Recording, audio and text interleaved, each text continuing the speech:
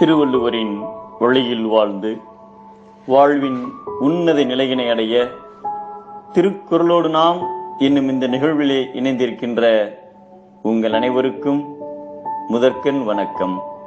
குறள் எண் 643, அதிகாரம் சொல்வன்மை. சிவகங்கை சமஸ்தானத்தை ஆட்சி புரிந்த மருதுபாண்டியர்கள் காளையார் கோயிலுக்கு ஒரு திருத்தேர் செய்ய விரும்பினர். அத்தேர் செய்வதற்கு பெரிய மரம் தேவைப்பட்டது. அப்பொழுது திருப்புவனத்தில் உள்ள ஒரு சிவாலயத்தின் முன்பு ஒரு பெரிய மருத மரம் வானலாவி வளர்ந்திருந்தது. அந்த மரத்தை வெட்டி வருமாறு மன்னர் சில ஆட்களை அனுப்பினார். அவர்களும் அம்மரத்தை வெட்டத் தொடங்கினர். அப்போது அந்த சிவாலயத்தில் தினசரி பூஜை செய்து வந்த புஷ்பவன குருக்கள் ஓடி வந்து மரத்தை வெட்டக்கூடாது என தடுத்தார். இதையறிந்த மன்னருக்கு கோபம் உண்டது. உடனே மன்னர் தனது படையுடன் புறப்பட்டு திருப்புவனம் வந்தார். புஷ்பவன குருக்கள் மன்னர் முன் அழைத்து வரப்பட்டார். மன்னர் அவரிடம், அரசன் ஆணைக்கு மேல் ஒரு ஆணையுண்டோ? மரம் வெட்டுவதை ஏன் தடுத்தீர் என்று கோபத்துடன் கேட்டார்.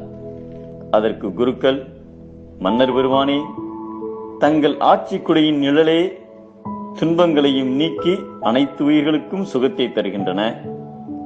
அதே போன்று இந்த மரம் இத்திருக்கோயிலுக்கு முன்னின்று அநேக உயிர்களுக்கு வெயிலின் கொடுமையை நீக்கி குளிர்ந்த நிழலை தருகின்றது. மேலும் இம்மரம் தங்கள் திருநாமத்தை தாங்கி நிற்கிறது.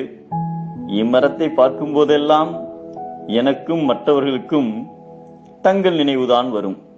தங்கள் பெயரை தாங்கி தங்களை நினைவுபடுத்தும் இம்மரத்தை வெட்டுவது சரியென்று என்று எண்ணியே தடுத்தேன். தங்கள் திருவுள்ளம் எப்படியோ அப்படியே ஆகட்டும் என்றார். நெஞ்சையெல்லும் இந்த சொற்களை கேட்ட மன்னர் மனம் உருகினார். குருக்கள் மீதான உண்டான கோபம் மாறி அன்பு ஏற்பட்டது. நம்மீது உள்ள அன்பின் காரணமாகவே இம்மரத்தை வெட்டக்கூடாது என்று தடுத்துள்ளார் என்பதை உணர்ந்தார். பின்பு வேறு மரத்தை தேடி வெட்டுமாறு பணித்தார்.